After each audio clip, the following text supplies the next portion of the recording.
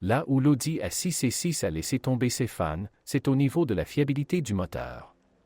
Oui, les moteurs à essence des modèles concurrents de BMW et Mercedes ne peuvent pas non plus être qualifiés de blancs et moelleux, mais les unités sous le capot de cette voiture étaient beaucoup plus bouleversantes. Afin de ne pas nous répéter davantage, notons immédiatement qu'il vaut mieux oublier l'entretien facile et bon marché des moteurs Audi A6. Ils ne tolèrent pas les économies d'huile, les économies sur les substituts, et le remplacement à l'amiable des pièces d'entraînement de distribution implique le démontage de la partie avant ou même la dépose du moteur. Oui, et vous devez disposer de nombreux outils spéciaux. 3.0 V6 BBJ 218 chevaux. L'Audi A6 était équipé d'un moteur atmosphérique de 3 litres portant la désignation ASN ou BBJ. En général, on pense qu'il s'agit du moteur le plus fiable et le plus fiable pour cette voiture. Mais il y a deux mauvaises nouvelles. Ce moteur était disponible jusqu'à la mi-2006 et ses revêtements en fonte ont tendance à se décoller et à s'affaisser. Idéalement, bien sûr, si ce moteur était consciencieusement regarni. Sinon, avec un service qualifié, il ne lui arrive rien de coûteux. Plus de détails à ce sujet se trouvent dans notre revue séparée. 2.4 V6 BDW 177 chevaux. 3.2 V6 FSI AUK, BKH, BYU 255 chevaux. Au début, le moteur de base de l'Audi A6 était un moteur atmosphérique d'une cylindrée de 2,4 litres. Son design continue de ravir les fans, il s'agit d'un V6 complet, pas d'un 4 cylindres en ligne. Un proche parent de cette unité est un moteur de 3,2 litres. Il a initié les fans de la 6 à l'injection FSI. Les premiers propriétaires connaissaient toute la douleur et le chagrin que ces moteurs leur réservaient. Le bloc cylindre est entièrement en aluminium, sans chemise en fonte. Ainsi, dans un contexte de mauvaise qualité du carburant et de destruction des catalyseurs, des éraflures et une énorme consommation d'huile sont apparues lors de courses d'environ 150 000 km. 3 chaînes de distribution et une chaîne de pompe à huile sont situées côté volant moteur. Pour les remplacer, il faut soit déposer la boîte de vitesse, soit déposer le moteur. Si les chaînes non seulement tremblent, mais endommagent également les deux paires de régulateurs de phase, le remplacement coûte facilement 1 500 $ clé en main. Les économies d'huile entraînent un blocage des tendeurs de chaîne d'arbre à cames, ce qui conduit parfois à un saut de chaîne sur l'une des culasses. Le V6 FSI de 3,2 litres a ajouté des problèmes avec l'injection directe. Les injecteurs ont versé du carburant dans les cylindres, la coûteuse pompe d'injection de carburant est tombée en panne et les soupapes, couvertes de suie, ne se sont pas fermées. D'où les problèmes d'allumage et d'huile versée sur les pistons. En général, ces moteurs étaient souvent révisés pendant une longue période. Dans de nombreux cas, les concessionnaires Audi se sont montrés coopératifs, de sorte que les propriétaires n'ont payé qu'une partie des travaux de réparation. 2.8 V6 FSI BDX 210 chevaux. 2.8 V6 FSI CCD à 190 chevaux CCE à 220 chevaux. 3.2 V6 FSI Cala 265 chevaux. La prochaine étape de développement de l'injection FSI concerne 3 moteurs plus récents d'une cylindrée de 2,8 et 3,2 litres.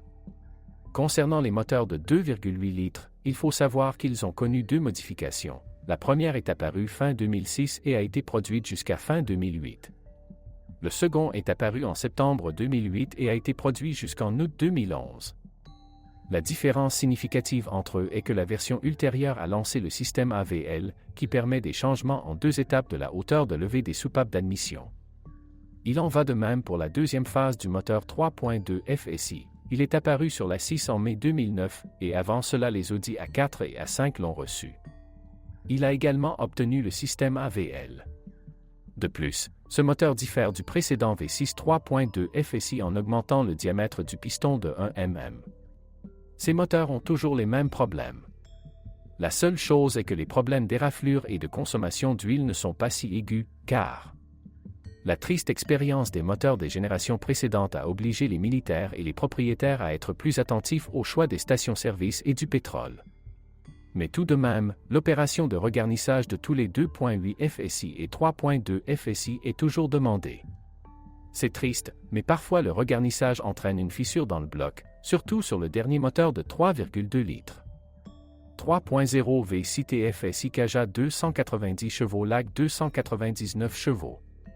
Le premier TFSI de 3 litres a été construit sur la base de ces moteurs, il n'avait pas de système AVL. La lettre T ne désigne pas ici une turbine, mais un compresseur de type Eaton. Ce moteur plein d'entrain souffre encore d'éraflures et de gaspillage d'huile, et les tendeurs hydrauliques des chaînes supérieures durent toujours moins que les chaînes elles-mêmes. 2.0 TFSI BPJ, BYK 170 chevaux. Fatigué des alusiles et des intimidateurs? Faites attention au moteur 4 cylindres turbo que l'Audi A6 a reçu en juin 2005. Il s'agit d'un moteur de la bonne vieille famille EA113, c'est-à-dire qu'il dispose d'un bloc-cylindre en fonte et d'un entraînement par chaîne de distribution. En principe, ce moteur ne nécessite pratiquement pas de révision, comme le V6 aluminium. Oui, il y a des problèmes de consommation de pétrole, mais uniquement en raison des économies réalisées et sans conséquences graves. Globalement, le 2.0 TFSI sous le capot de l'Audi A6 est un moteur intéressant à la fiabilité assez agréable. Jetons un coup d'œil séparé au moteur V8 installé sur l'Audi A6. 4.2 V8 BAT 335 chevaux. 4.2 V8 FSI BVJ 350 chevaux. 5.2 V8 FSI 435 chevaux. Jusqu'à la mi-2006, le moteur de 4,2 litres était à injection distribuée. À l'été 2006, un V8 4.2 mis à jour avec injection directe est apparu. Un moteur de 5,2 litres a été créé sur cette base. Que pouvez-vous dire d'eux? Chaîne à l'arrière, bloc silumain sans manchon en fonte et problème d'injection directe. Continuez plus loin? Dans un V8, les parois entre les cylindres sont si fines qu'on ne peut que rêver d'un regarnissage. De manière générale, lors de l'achat d'une Audi A6 à moteur 6 et 8 cylindres, leur examen à l'endoscope est tout simplement obligatoire. Cela ne s'applique qu'à l'ancien moteur atmosphérique de 3 litres. 2.0 TDI PD BLB, BNA 140 chevaux. Les moteurs diesel sous le capot de l'Audi A6 sont une bouée de sauvetage. Certes, les moteurs 4 cylindres, qui avaient d'abord une injection avec des injecteurs pompes, puis sont passés au common rail, ont donné aux propriétaires des cauchemars de fonctionnement à sec en raison du meulage de l'arbre hexagonal entraînant la pompe à huile. Lorsque le problème a été reconnu, les propriétaires ont commencé à changer ce crayon de manière proactive, puis les ingénieurs sont arrivés à temps, ils ont augmenté sa longueur. En général, l'Audi A6 avec un moteur diesel est ce dont vous avez besoin. Oui, les moteurs équipés d'injecteurs pompes n'offrent pas une dynamique proche de celle d'une fusée, et on ne peut que rêver d'une transmission 4 roues. Mais si vous êtes prêt à sacrifier cela, n'hésitez pas à regarder dans leur direction. 2.0 TDI CAB 136 chevaux. 2.0 TDI KA, cab 170 chevaux. Fin 2008, de nouveau, 4 diesel à common rail font leur apparition sur l'Audi A6.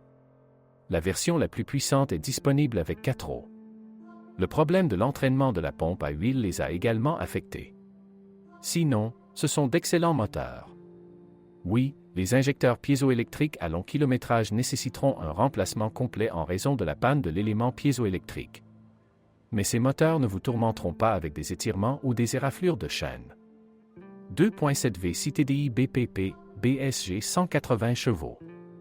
2.7 V6 TDI Cana 170 chevaux. 3.0 V6 TDI ASB, BMK, BNG 225 chevaux. 3.0 V6 TDI CDIB CDY à 211 chevaux 240 chevaux.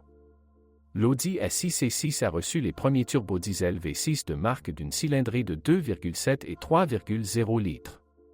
Ces moteurs étaient immédiatement disponibles avec rampe commune. Les moteurs sont essentiellement identiques. Oui, ils sont unifiés avec les V6 en aluminium problématique.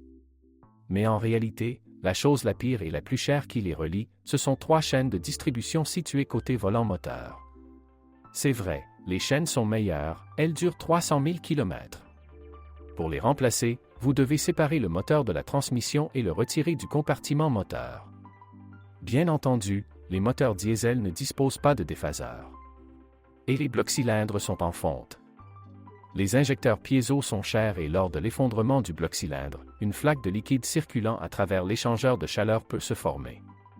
Les volets tourbillonnants posent également des problèmes. Nous avons une revue de ces V6 sur la chaîne, en utilisant l'unité de 2,7 litres comme exemple. Sur l'Audi A6 et 6 restylé, ces moteurs sont légèrement plus puissants. Nous ne parlerons pas de transmission manuelle, il n'y a aucun problème là-bas. Mais il est trop tôt pour se réjouir, un volant d'inertie est monté sur le vilebrequin de tout moteur de l'Audi A6 et 6 lorsqu'elle est équipée d'une transmission manuelle. Après un kilométrage de 250 000 km, et parfois plus tôt, vous devrez débourser plus de 1 200 $ pour acquérir cette unité. Toutes les Audi A6 et 6 à 2 pédales à traction avant avec moteur 4 et 6 cylindres ne sont pas équipées d'une transmission automatique hydromécanique, mais d'un variateur multitronique exclusif. Il existe deux types de variateurs, l'ancien VL 300/01J et le plus récent VL 380/01. Il est installé avec des moteurs diesel de 2 et 2,7 litres depuis 2006. Toutes les autres A6 à traction avant sont équipées d'un variateur VL 300, nous en avons un démontage détaillé sur notre chaîne. Étonnamment, c'est une bonne CVT. Pour certains propriétaires, elle dure jusqu'à 400 000 km. Lorsque vous choisissez ou conduisez une voiture avec, vous devez faire attention aux coups de pied et au glissement. Avec ces symptômes, le variateur ne fonctionne pas longtemps. Le VL 380 mis à jour est encore meilleur et plus fiable. En général, les CVT multitroniques sortent du moule, elles peuvent supporter un couple élevé sur les véhicules lourds et ne tombent pas en panne à faible kilométrage. Les Audi A6 et 6 à traction intégrale sont équipés des transmissions automatiques ZF CHP19 et CHP26 habituelles. Ce sont des transmissions automatiques solides et fiables avec certaines fonctionnalités d'entretien. Vous pouvez en apprendre davantage à leur sujet grâce à leurs critiques détaillées. Il n'y a rien à dire sur la transmission intégrale 4 roues basée sur un différentiel central autobloquant de type Torsen, elle ne fait pas le poids auprès des conducteurs les plus fous. Il n'y a pas de batterie dans le compartiment moteur de l'Audi A6 et 6, mais sous le capot se trouve une borne positive pour allumer la voiture. Cette borne doit être surveillée, surtout s'il y a des symptômes de fuite de courant pendant que le véhicule est garé. Habituellement, ce terminal devient très chaud. Le problème est indirectement indiqué par le fait que la différence de tension aux bornes du générateur et de la batterie lorsque le moteur tourne atteint 1 volt. La crémaillère de direction de l'Audi A6 et 6 se situe sur le panneau moteur. Elle est constamment bombardée de saleté et de réactifs qui s'accumulent sur elle comme sur une étagère. Dans de telles conditions, les tuyaux et tubes des conduites de pression et de retour ne fonctionnent pas bien. Au fil du temps, les tubes et les flexibles perdront de l'huile du système de direction assistée. Habituellement, la fuite s'échappe d'un seul coup et l'amplificateur cesse de fonctionner. Si la voiture est équipée d'un moteur bicylindre en V, le liquide s'échappera et pénétrera dans le collecteur d'échappement gauche. La suspension de l'Audi A6 et 5 était elle-même en avance sur son temps que les ingénieurs l'ont transférée sur le modèle C6. Vous avez déjà vu la crémaillère de direction montée sur le bouclier moteur. La suspension avant de la C6 est une copie de la suspension C5. Les leviers sont en aluminium, mais ils ont duré plus de 150 000 km avant les premières pannes. Il doit être changé en raison de l'usure des rotules, inamovibles. Mais les blocs silencieux de tous les leviers peuvent être achetés selon les originaux et remplacés ou refoulés. S'il s'agit de retirer les bras supérieurs, le travail est généralement très retardé en raison de l'aigreur du boulon qui maintient les deux rotules supérieures dans la fusée d'essieu. Il s'aigre étroitement et est soudé au filetage de la fusée d'essieu. À noter que les cylindres-blocs du faux châssis avant et arrière demandent à être remplacés à partir d'un kilométrage de 200 000 km ou plus. Souvent, les propriétaires et les mécaniciens inexpérimentés passent beaucoup de temps à chercher la cause du cognement, qui réside en fait dans les supports déchirés du sous-châssis avant. Les roulements de roues avant durent 150 000 km. Ils sont fixés aux fusées d'essieu avec 4 boulons. La suspension arrière de l'Audi A6 et 6 à traction avant et intégrale est unifiée, il s'agit d'une suspension multibras. Il n'y a jamais eu de faisceau comme le C5 TH. Il y a une différence au niveau des faux châssis, sur les voitures 4 roues, la boîte de vitesse arrière y est suspendue. La suspension arrière est agréablement durable. Il arrive qu'il dure jusqu'à 300 000 km sans remplacement. D'après l'original, vous ne pouvez acheter qu'un bloc silencieux placé dans le point par le bas. Tous les autres blocs silencieux sont disponibles séparément uniquement auprès des fabricants de remplacement. Les roulements de roues arrière durent longtemps. À noter que l'Audi S6 à traction avant dispose de roulement arrière ainsi que des moyeux. Audi a des problèmes avec les joints homocinétiques et les cardans. De nombreuses Audi S6 sont sorties de la chaîne de montage avec une suspension pneumatique. Des années de fonctionnement ont prouvé que la suspension pneumatique est agréablement fiable et durable. Oui, avec un kilométrage élevé, les cylindres peuvent s'user et éclater, mais ils peuvent être remplacés par des cylindres non originaux et même réparés. De manière générale, tout problème de fuite d'air à travers les manchons des ballons pneumatiques peut être résolu par une réparation dans des ateliers spécialisés. Si les cylindres ne sont pas hermétiques, la machine commence à tomber doucement sur le cylindre de dégonflage. Dans les cas plus graves, vous pouvez entendre le sifflement de l'air s'échappant du cylindre. En plus des cylindres, du compresseur et du bloc de soupape, la conception de la suspension pneumatique comprend un réservoir avec un sécheur. Il est situé dans le revêtement de passage de roue avant droit. Le déshydratant granulaire doit être changé au moins une fois tous les 100 000 km. En général, si l'humidité de l'air pénètre dans le bloc de vanne, cela entraînera le gel en hiver. De ce fait, l'unité du système pneumatique ne contrôlera plus un ou plusieurs vérins pneumatiques, la machine gonflera et dégonflera inégalement la suspension. L'air s'échappera par la vanne ouverte gelée, abaissant le corps sur le cylindre correspondant. L'Audi A6 a ravi ses fans avec un frein de stationnement électrique. Les étriers arrière sont équipés d'entraînements électromécaniques qui déplacent les plaquettes de frein vers les disques. Grâce à ce mécanisme, pour remplacer les plaquettes arrière et autres manipulations avec les freins, il faut écarter les plaquettes arrière à l'aide d'un logiciel de diagnostic. C'est la bonne chose à faire.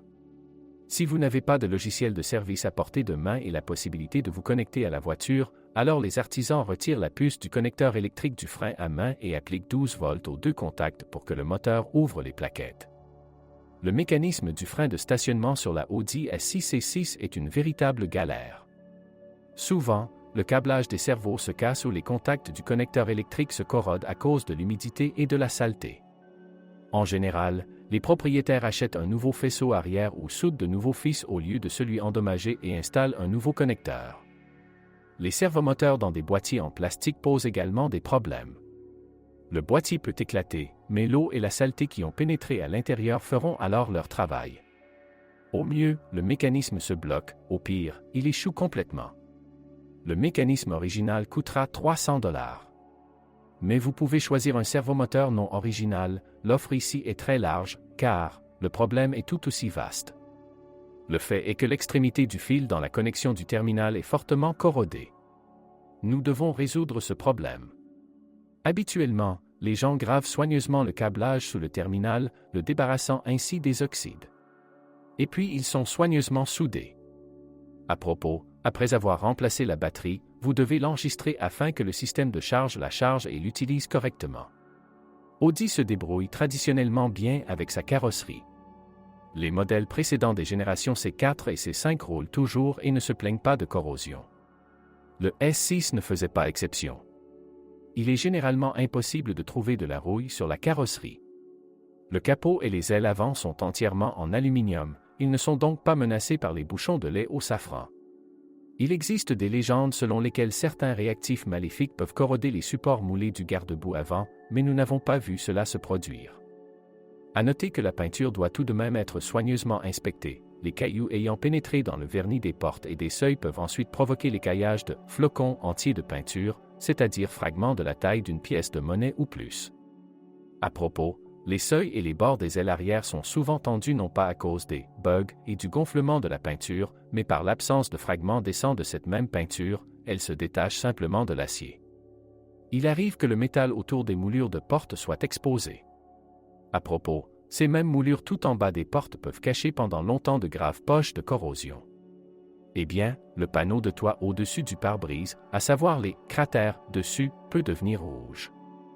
Le fond de ce modèle est bien protégé par du mastic bitumineux et des boucliers en plastique, de sorte que le chemin vers la corrosion est bloqué de manière fiable. Audi est peut-être une voiture haut de gamme, mais ses phares se comportent mal. Au fil du temps, le revêtement du miroir se décolle des réflecteurs de la lentille, de sorte que les phares, même équipés de lampes au xénon, deviennent aveugles. Il faut soit restaurer les phares en restaurant le revêtement, soit installer entièrement de nouvelles lentilles, voire changer les phares. Un réseau de minuscules fissures apparaît également sur le plastique, il ressemble à une toile d'araignée. En règle générale, ces fissures ne sont pas traversantes et n'affectent rien. Les feux arrière perdent leur cachet avec l'âge, des interstices apparaissent entre le boîtier et l'abat-jour. Si de l'eau apparaît dans la lampe frontale, elle doit être vidée et le périmètre de la lampe scellé avec du silicone. Sur les voitures restylées, des LED sont apparus dans les feux arrière, qui s'éteignent une à une. Vous pouvez l'ignorer ou souder une nouvelle LED. Certes, le phare devra être ouvert de manière barbare. Les capteurs de stationnement sont victimes de l'humidité et des réactifs. Habituellement, les capteurs tombent en panne un par un, une erreur apparaît et toute la guirlande de capteurs cesse de fonctionner. Dans le même temps, la caméra de recul peut s'éteindre. Si les aides au stationnement ne fonctionnent pas, vous pouvez littéralement les sentir, mettez le contact, appuyez sur le bouton de l'aide au stationnement, puis posez votre paume sur tous les capteurs. Les capteurs fonctionnels cliquent avec les ultrasons, les capteurs qui ne fonctionnent pas ne cliquent pas. Les capteurs sont assez faciles à changer. Parfois, des dommages au fil et une oxydation des contacts dans les puces sont détectés. Sur les voitures à kilométrage élevé, des problèmes surviennent au niveau du trapèze des essuie-glaces, les articulations des tiges se désagrègent. Habituellement, après cela, le bras d'essuie-glace droit commence à frotter contre le capot en aluminium. Un nouveau trapèze original coûte très cher, mais il existe de nombreux substituts en vente à bas prix. Il n'existe cependant pas de kit de réparation. En principe, il est possible de restaurer les articulations charnières des tiges. Pour ce faire, les artisans sélectionnent des bagues trapézoïdales en plastique d'Avtovaz. L'Audi A6C6, comme son prédécesseur, dispose d'un bassin dans lequel l'eau peut s'accumuler. Il y coule depuis le pare-brise, mais ne stagne pas et descend par les trous de drainage recouverts de valves en caoutchouc. Si les valves sont obstruées par des débris, une flaque apparaîtra sous le pare-brise. Il est peu probable que l'amplificateur à vide et les composants électroniques du boîtier soient endommagés par une inondation, ils sont scellés. Mais le ventilateur du poêle installé ici peut s'étouffer. Mais il y a des cas où l'eau d'ici pénètre de l'autre côté du bouclier moteur et inonde les blocs dans les profondeurs du tableau de bord et sous les tapis. En général, le problème des vidanges n'est pas aussi grave que sur l'Audi A6 et 5, mais les propriétaires de ces 6 devraient nettoyer les vannes de vidange en caoutchouc voire les retirer pour que l'eau s'écoule plus rapidement. Parfois l'Audi A6 et 6 arrête d'ouvrir les portes parce que la serrure elle-même ne se déverrouillera pas. L'entraînement de déverrouillage des serrures de cette machine est électromécanique. Le problème est que les contacts des moteurs d'entraînement sont grillés et ne touchent tout simplement pas les puces. Il faut démonter la porte, c'est l'étape la plus difficile, et retirer la serrure. La serrure elle-même, ou plutôt son servomoteur, peut être facilement démontée. Le nettoyage des contacts des puces du moteur électrique élimine ce problème. La serrure fonctionnera longtemps. L'Audi A6 et 6 dispose d'une fonction d'entrée sans clé. Comme cela arrive habituellement, cette option, nouvelle à l'époque, n'a pas pu être fiabilisée.